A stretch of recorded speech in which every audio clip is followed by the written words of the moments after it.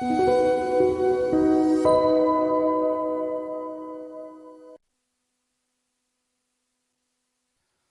비교적 선방을 잘 하고 있는 국내 증시가 되겠습니다. 자, 그렇다면 국내 증시 내에서도 우리가 봐야 될 중요한 이슈들 오늘도 세 가지로 나눠보도록 하겠는데요. 자, 오늘도 IES의 박수범 이사 그리고 김진환 전문가 자리해 주셨습니다. 두 분 어서 오십시오. 안녕하세요. 네, 반갑습니다. 자, 오늘의 세 가지 이슈 공개하도록 하겠습니다.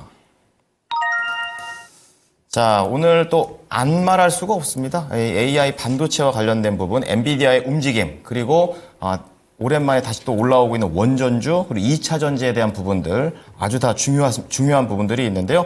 저 하나씩 체크해 보겠습니다.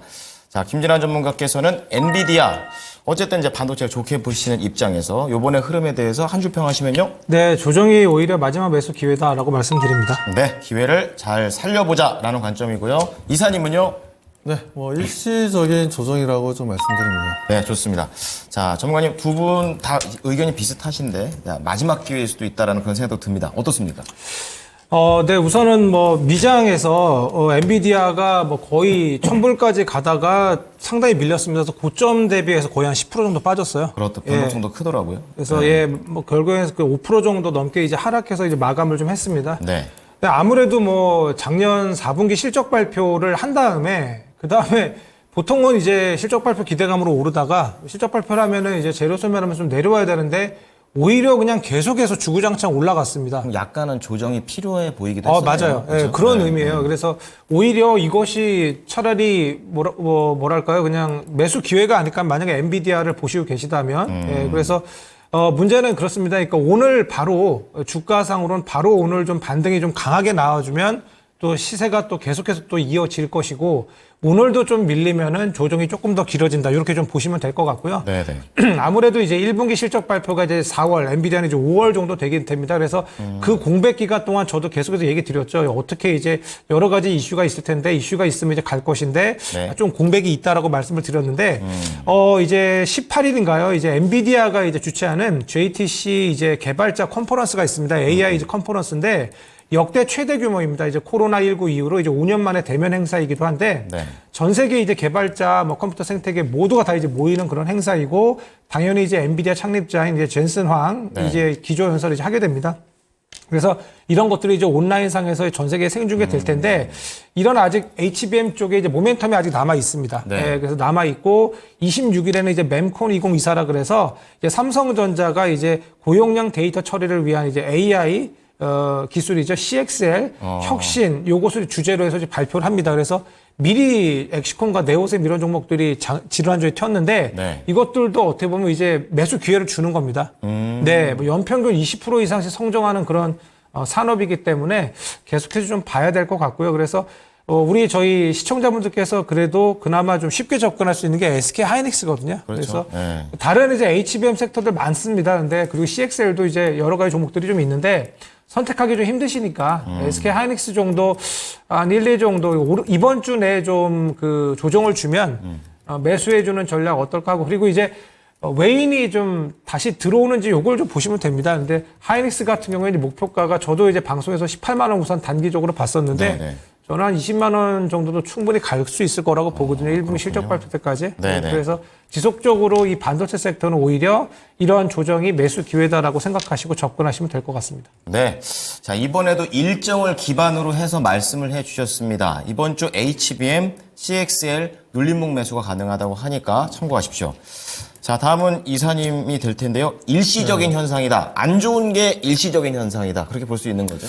네, 그렇죠. 일부 매도 물량이 나왔는데 매도 물량을 누가 던졌냐라고 좀 보니까 네. 다름이 아니라 이제 엔비디아의 실질적인 임원들이 좀 물량을 좀 던졌더라고요. 임원들이 좀 던졌고 그게 다 이제 좀 주가 밀리다 보니까 그 LP 물량이 좀 같이 동반해서 좀 나오면서 좀 거래량이라든가 일봉이 좀 크게 형성되는 모습들이었습니다. 그렇기 때문에 일부분들은 그렇게 크게 걱정할 필요는 없어요. 그래요? 그렇기 때문에 이건 일시적인 현상으로 좀 봐야 될 부분이고, 네. 물론 LP 물량을 비롯해서 상당히 좀 액티브한 자금들이 좀 매도를 했다라고 한다면 우리가 그 부분에 대해서는 좀 조심해야 되겠지만 아무것도 아니니까요.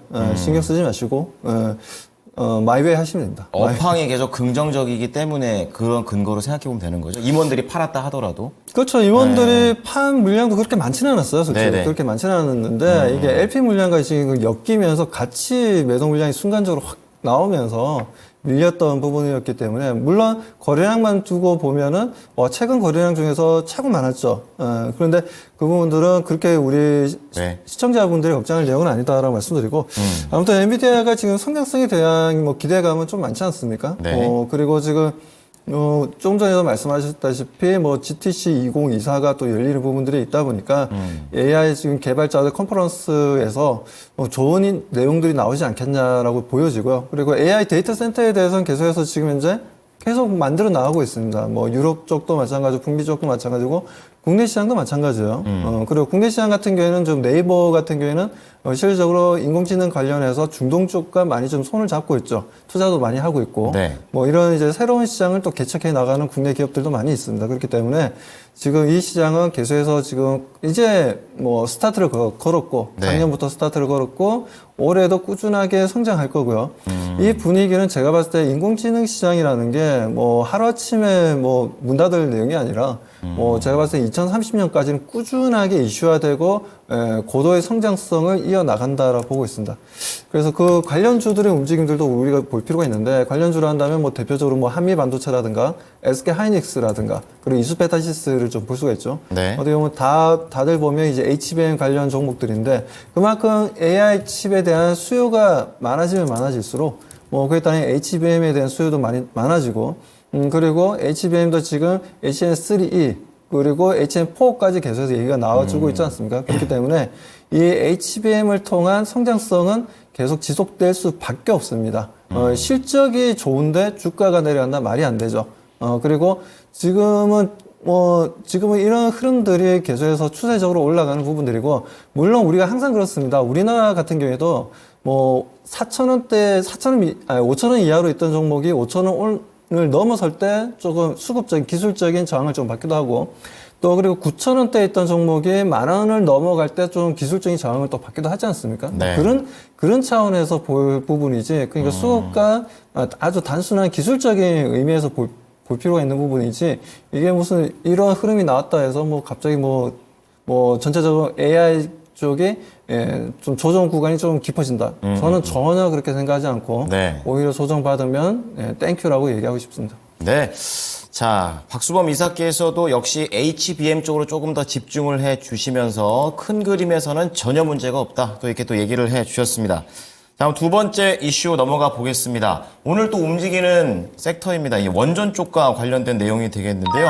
좋은 내용들이 있습니다. 좀 자세히 알아보죠. 자, 전문가님 한 줄 평 하시면요. 네, 원전은 세계적 트렌드라고 말씀드립니다. 네, 이것도 뭐 AI만큼이나 또 이렇게 같은 큰 흐름이라고 얘기해 주셨고요. 자, 이사님은요?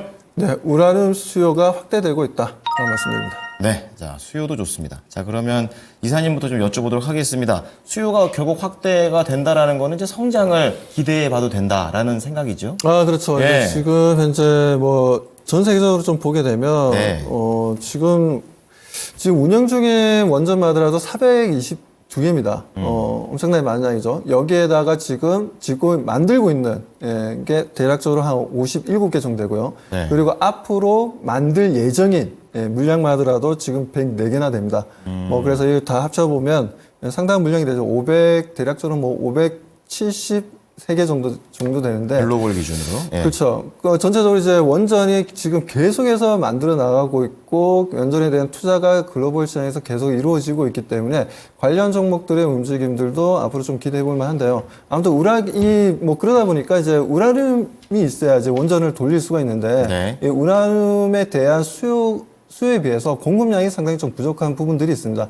원래 우라늄 같은 경우에는 카자흐스탄이라든가 중앙아시아에 있는 카자흐스탄이라든가 아니면 러시아에서 주로 이제 수출을 많이 하고 있었는데, 이 부분들이 지금 우크라이나와 러시아 전쟁이 지금 끝맺음을 만들지 못하다 보니까 EU 쪽에선 계속해서 경제적인 제재를 러시아 쪽에 하고 있는 상황이고, 뭐 그러다 보니 지금 이제 러시아에서는 우라늄을 판매하는 판로가 많이 좀 줄어든 상황입니다. 뭐 그러다 보니까 뭐 이 지금 수요에 비해서 공급량이 올해 같은 경우에는 상당히 좀 많이 좀 차이가 날 것으로 시장에서는 예측을 하고 있고요. 네. 대략적으로 한 30% 30% 정도, 약 30% 정도의 수요에 대비해서 공급량이 부족할 것이다. 그러면서 지금 우라늄 관련된 지금 미국도 마찬가지고 뭐 미국의 ETF 상품들도 마찬가지고 계속해서 올라가고 있습니다.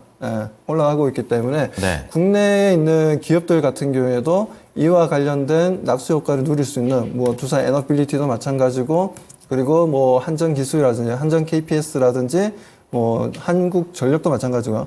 전체적으로 보게 되면 주가 상승 추세가 오늘 좀 강한 상승이 나왔는데 뭐 이 흐름들은 좀 지속될 가능성이 좀 상당히 좀 높다라고 말씀드립니다. 네.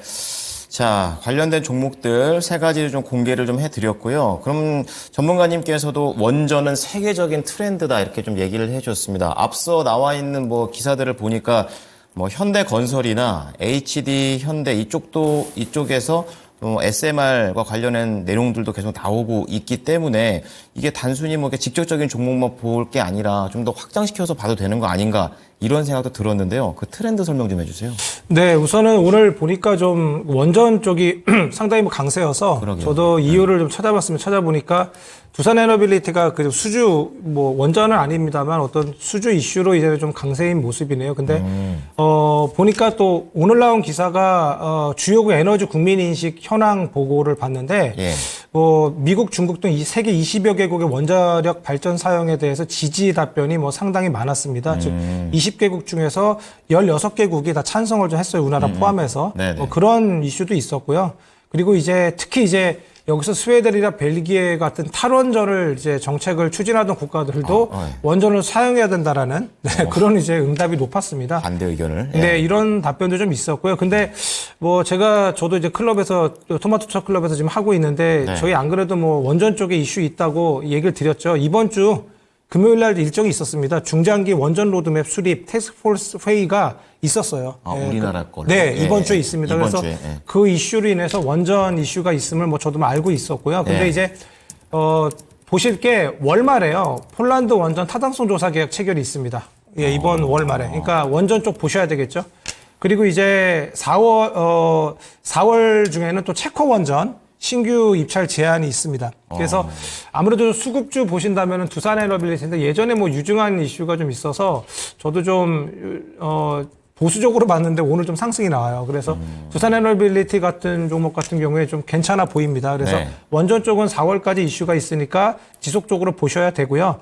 그리고 요것뿐만이 아닙니다. 그러니까 지금 요즘에 우리 이사님께서 말씀해 주셨는데 우라늄 가격이 최근 들어 계속해서 작년 말부터 좀 오르고 있습니다.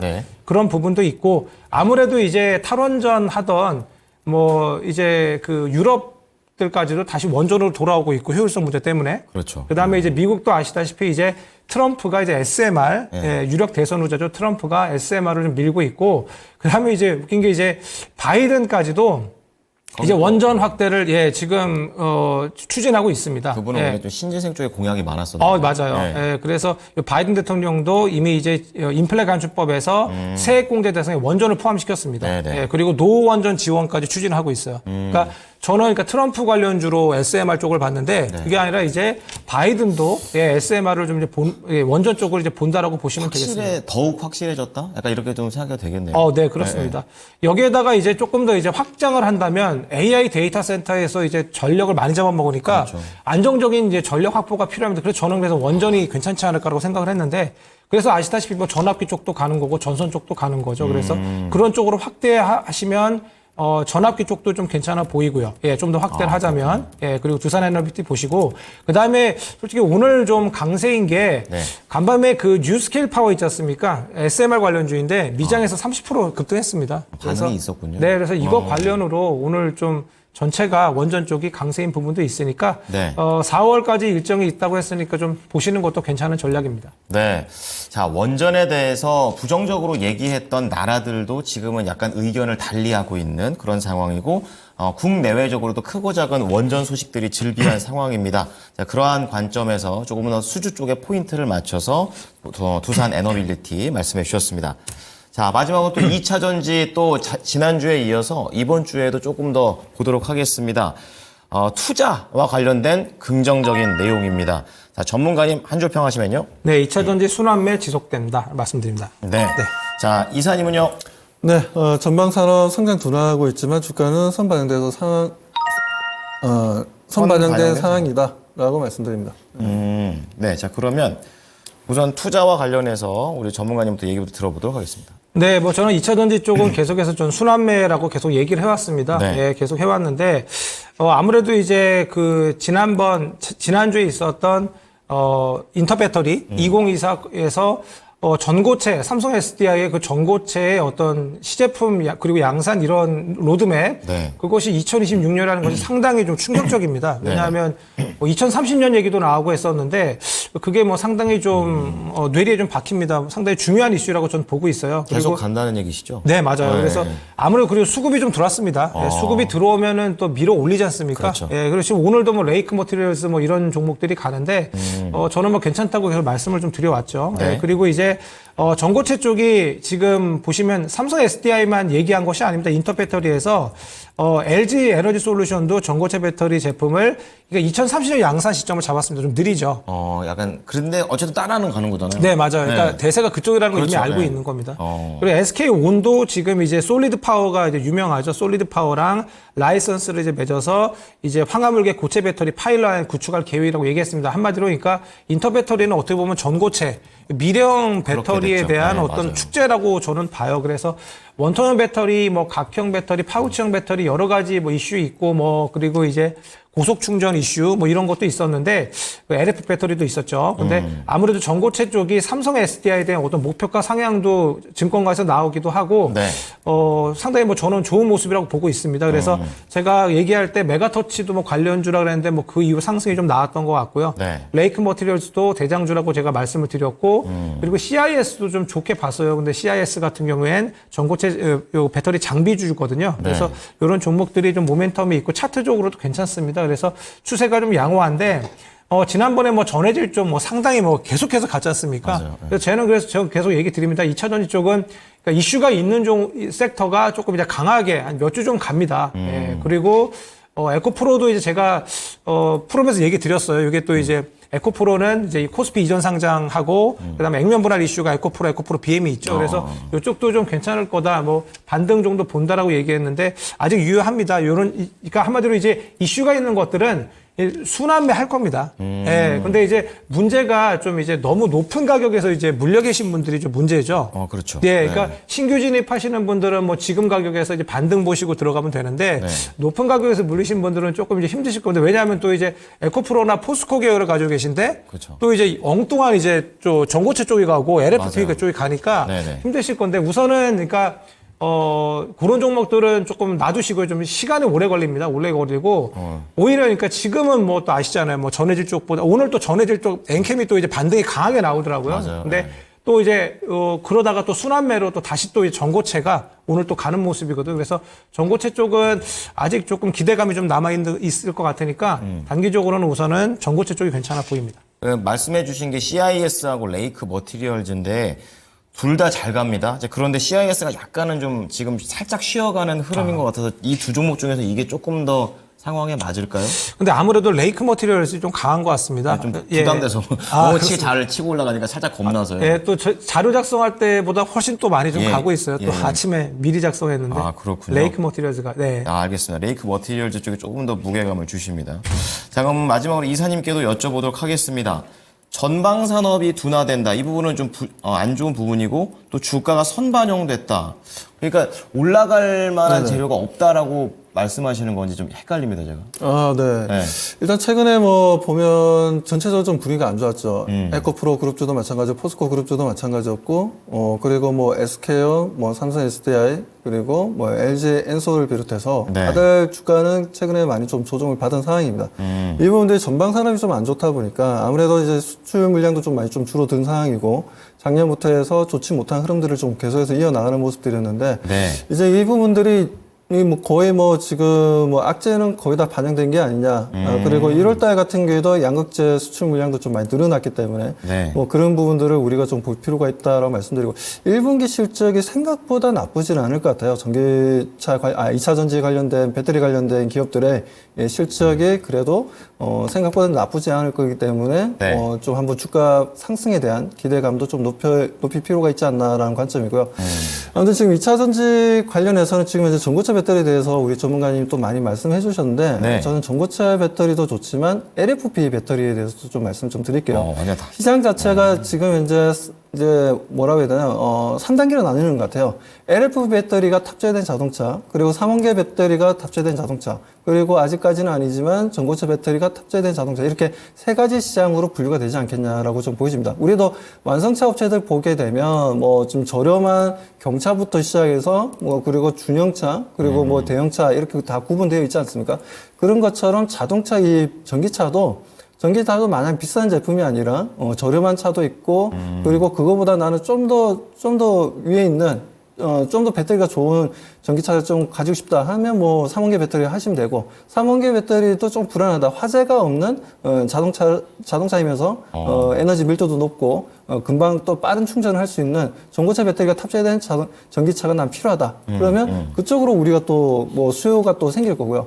뭐 그런 부분들에 있어서 지금 현재는 LFP 배터리가 거의 주류를 이루고 있는 상황이고 네. 우리가 지금 현재 시중에 돌아다니는 그 전기차들 버스들 있지 않습니까? 그렇죠. 예, 시내 버스들 보게 되면 다 LFP 배터리가 다 탑재되어 있어요. 아. 그렇기 때문에 이 LFP 배터리 수요도 지금 현재 상당히 많이 좀 증가하고 있고 이 부분에 대해서 LG엔솔도 마찬가지고 SK온도 마찬가지고 지금 삼성 SDI도 마찬가지고 본격적인 생산을 조만간 할 거다라는 얘기가 좀 나와주고 있습니다. 그렇기 때문에 관련 수혜주들도 우리가 계속해서 지켜볼 필요가 있고 LNF 그중에서 이제 LNF 같은 경우에는 이번 인터 배터리 2024에서 우리 LFP 배터리에 들어가는 양극재 샘플을 또 보여주기도 했었어요. 뭐 그렇기 때문에 LNF의 주가 움직임도 볼 필요가 있고 그리고 CIS라는 또 장비 업체가 있죠. 네. 2차 전지 장비 업체 또한 LFP 배터리 관련된 또 생산 라인을 양산 라인을 또 개발하고 있는 부분들이 있기 때문에 뭐 CIS 같은 경우에도 우리가 좀 지켜볼 필요가 있지 않나라고 말씀드립니다.